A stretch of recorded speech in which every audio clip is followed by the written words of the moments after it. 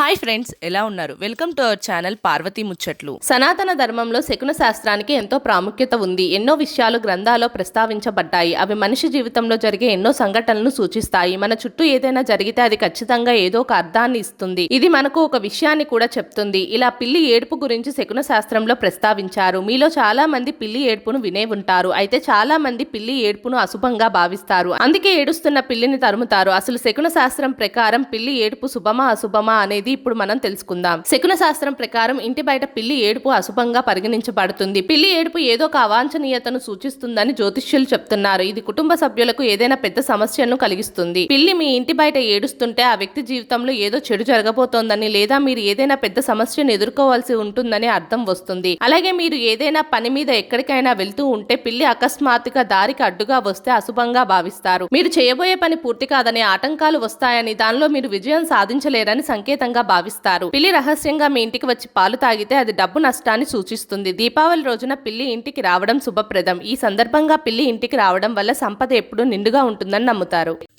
మా వీడియోస్ కనుక మీకు నచ్చినట్టయితే మా ఛానల్ని లైక్ చేయండి, షేర్ చేయండి, అలాగే సబ్స్క్రైబ్ చేసుకోవడం మాత్రం అస్సలు మర్చిపోకండి. మరిన్ని ఇలాంటి వీడియోస్ కోసం మా ఛానల్ని ఫాలో అవ్వండి.